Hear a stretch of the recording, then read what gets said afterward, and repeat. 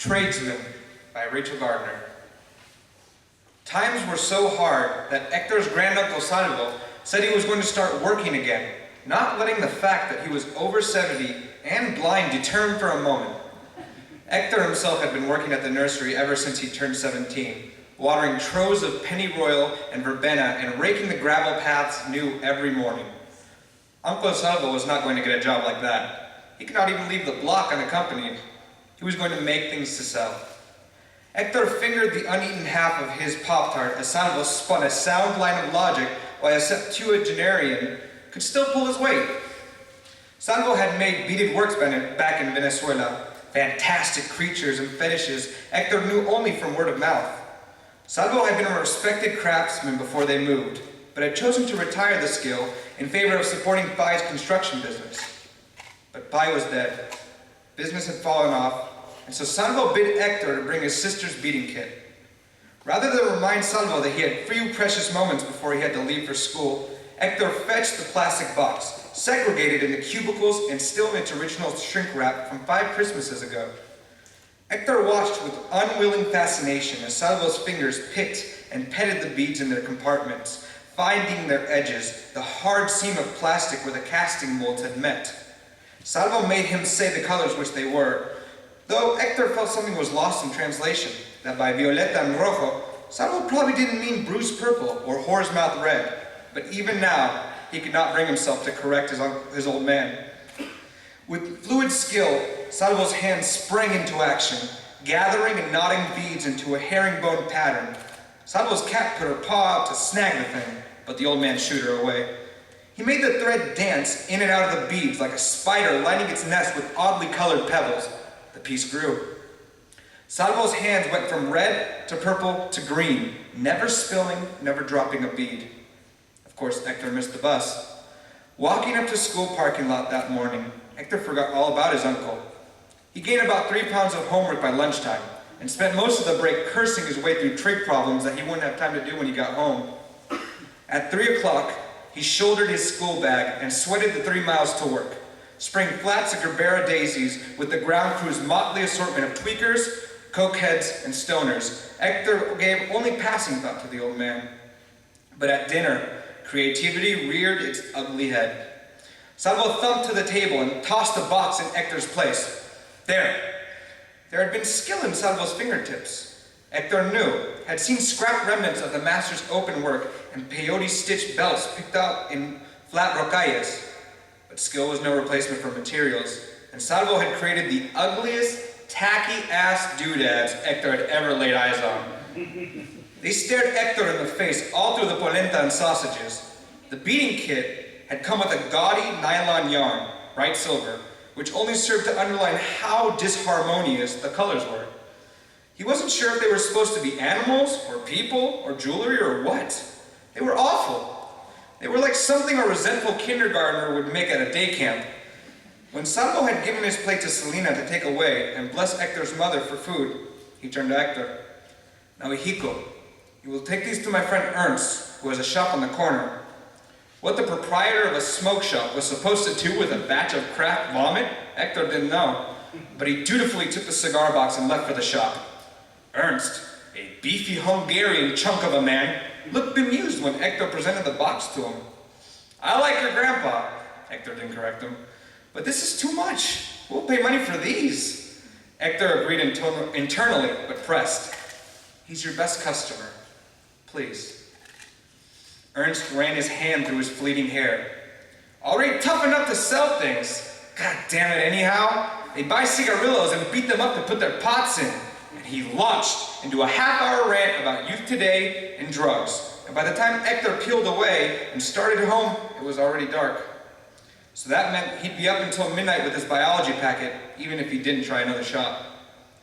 Chewing down shame, he emptied the box into a dumpster and then threw it in as well. Salvo was waiting by the door. He'd pull up one of the cane-backed chairs to the front hall and sat forward with his hands on his knees. What did he say?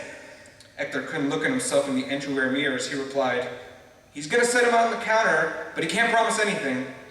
Salvo smiled and lifted his hands, shaking them like tambourines. You see, Hector? A man can take care of his family, no matter his age. Hector nodded dumbly as he kissed Salvo's temple in passing. If nothing else, it brought his great-uncle's spirits up. Hector told himself that to quell the guilt in his stomach, rather than sit in a corner and instruct Hector's mother in the proper preparation of food, taking long walks in the park and fussing over his cat, Salvo was always sitting at the dining room table with the kit in front of him, cranking out more horrible trinkets with unerring cheer. They proliferated like gaudy plastic toadstools. After completing each monster piece, Salvo would summon Hector to his chair, bestowing them like a belt of beaten gold on his grandnephew. He never complained about using cheap Chinese plastic, never criticized the materials he was forced by necessity to work with, which only made Hector feel more guilty. His sister Selena, more interested in her phones than crafts by now, snickered behind his back as Hector struggled to palm off the plastic nightmares. He wasn't afraid Ernst would spill the beans. Salvo spoke barely enough English to ask for the bathroom, and Ernst spoke no Spanish whatsoever. The two men's friendship consisted of shouting at each other over a chessboard in the park on Saturdays. But it still hurt when he had to take money out of his own pocket for Salvo's imaginary sales. Hector would take a 5 out of 5 folded lengthwise, and 5 ones folded square, and pass them to his uncle's waiting hands. Salvo would sigh and say, "Only 10, hijo? You're letting them go too cheap." Or, "Once, my work was bought by collectors." Or, "Perhaps you should raise the price. Your mother deserves more." And Hector would tuck his tongue firmly in his mouth and say nothing to the old man, the secret burning in his throat like a stolen sip of alcohol. Sometimes Salvo would ask, "Do you need to go to the shop, hijo?" Meaning he wanted Hector to take him. And Hector would flush and stammer, "No, tío, I don't smoke." "Ah, you're smarter than your pie."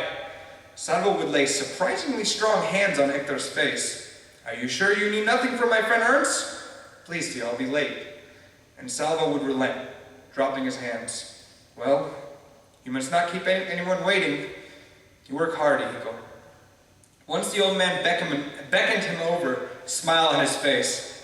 "I give my money to your mother," he said. "But here." Coins jingled into Hector's palm. "A working man must have something. 3 dimes and a nickel. Not even enough to buy a soda."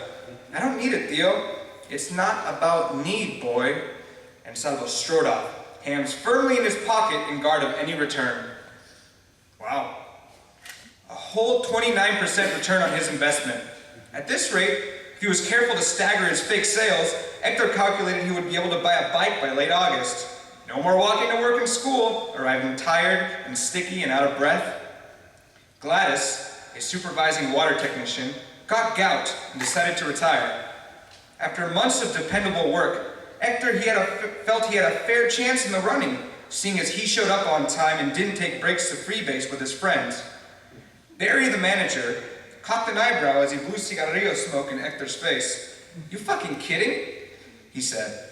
"You think I'm going to promote you for showing up and wiping your ass without getting your fingers wet?" Hector remained silent. "You're a fucking waterer. You hose the plants down. Keep doing that. Leave the tough jobs for the people who live here." Barry ended up giving the job to his tweaker girlfriend, Jonelle. Laurels bent under the angry torrent of Hector's watering that evening. He had words in both Spanish and English that he wanted to shout, scream at the top of his lungs until the burning in his chest went away. But because he had been raised by a good woman, he watered the flats as he should, patiently and evenly, so that every plant got the right amount of water. His hands barely even shook. The other 2 crew assigned to his shift teetered for 5 straight minutes, and then left to smoke something behind the greenhouse. Hector wadded up his shirt at the end of the day and threw it in his locker. He slammed the door, and then opened it again immediately. His shirt stuck oddly to the bottom of the locker. Upon investigation, he found it was because someone had urinated in it. Walking home, he spied Salvo out for an evening stroll. The old man cocked his head, listening to the sounds of oncoming footsteps. His hand uncurled like the tendril of a tree and pointed right at Hector's heart. "Is that you, hijo? Do you have some more money for me?" The deliberate, shuffling walk, the nasal drone of the old man's voice, everything about him set off something hot in Hector's chest. It lashed out angrily through his tongue. Hey, Tio. Yeah, I talked to the guy who's been buying your stuff. Know what he does with it? He fucking throws it away. Salvo stumbled as this shot. He says it's shit a kid can make, or a retard. He says you're lucky you're blind so you don't have to see them. The old man hunched over and grabbed his chest. Hector marched home with a limp in his step.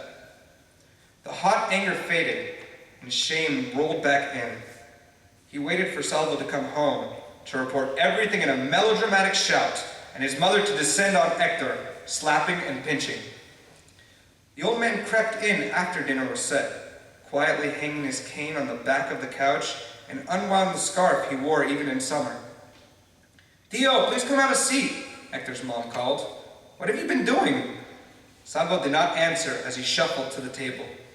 Selena passed him a napkin, which he unfolded with aching dignity and placed in his lap. He tried to touch her face, but Selena ducked her head, yelping, Ay, Tio, you'll smear my gloss. Hector swallowed his mouthful of chicken and couldn't manage another bite. He and Salvo sat, moving food around their plates. After the dishes were cleared, Hector's mother asked if Salvo didn't want his plastic cake brought out. His Adam's apple bobbing as he swallowed, Salvo shook his head. He sat at the end of the couch as the family watched TV, covering his knees with his hands. At 10 o'clock sharp, Salvo dismissed himself and went to bed. Hector forced himself to go to work, to run shifts with Janelle filing her nails in the center kiosk, and the dropouts next to him constantly sniffing and twitching. At the end of the pay period, Hector found he had been shorted, but when he complained, he was shot down because Barry didn't believe he could do math. Salvo did not go out for evening walks anymore, nor did he thread the chunky plastic beads on the silver jute. He sat at the dinner table and spoke to Hector's mother, but mostly just drummed his fingers and stared out the window. Hector could never figure out how he knew where the window was, but he would always find the old man staring dead center outside. Hector wanted to apologize, knew he should apologize for everything, but could not find the words in either Spanish or English. What changed was nothing earth-shaking. The territory manager popped his head in and found Barry cavorting with a topless Janelle in his office. That was when the whole house of cards came crashing down. The account discrepancies, the mysterious subcharges on transactions, and the glut of sick days taken every month. Nearly 90% of the staff were fired. Hector was elected to stack and sort out all the back issues, of pay stubs, receipts, and order forms. Janelle took her dismissal in person. She spat on Hector and called him that brown little kiss-ass. Barry was indisposed, pending some criminal charges. The paper stacks were a few feet deep. Grant, the territory manager, looked up at 9:30 p.m., rubbing his stubbed scalp. His glasses left a red mark when he took them off. He apologized to Hector for keeping him late, promising overtime, and entreating him to come back tomorrow. And Hector had his hand on the door already. You don't know how grateful I am to have someone who just does their job. Grant rubbed the red marks on his nose. I know it doesn't seem like much, but it really does count for a lot right now. Hector nodded in thanks and left. The walk home seemed surprisingly short, or maybe it was that Hector was walking fast. It seemed like a stupid thing to be happy about, so he accepted that. He was stupid happy. Salvo was waiting at the corner.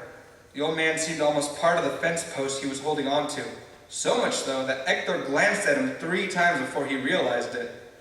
Tio? Your mother sent me, he said, and then, I have not been walking in some time. It's nice. Hector paused, feeling unworthy of such a sublime moment. Tio? He said again. The old man's face tracked his voice. His eyes looked directly into Hector's. Maybe he wasn't completely blind. Maybe it didn't matter. There was one of your things that fell behind the counter. The old man folded his hands in front of him. Ernst put it out for sale and forgot to tell me. Someone bought it. Salvo grunted. Hector worried he wouldn't believe it and scrambled for a good story. A girl got it. For her cat, he blurted. The old man tilted his head. Huh? A cat toy, Hector stammered. She thought it was a cat toy. She really liked it, she said. The old man was quiet for a long time. Hector found his palms slick with sweat and wiped them off on the seat of his pants. Cat toys, the old man said out of nowhere. Hector swallowed hard. Cat toys, said Salvo again. I make cat toys. And then again, as if he were trying to make out the words. I make cat toys. Hector wiped his brow. Are you all right, Theo? Salvo gestured him forward. With Hector beside him, the old man looped an arm around his shoulders and set off for the house. Hijo, Salvo said, you must never be ashamed of doing something well. Hector pressed his forehead to the old man's shoulders.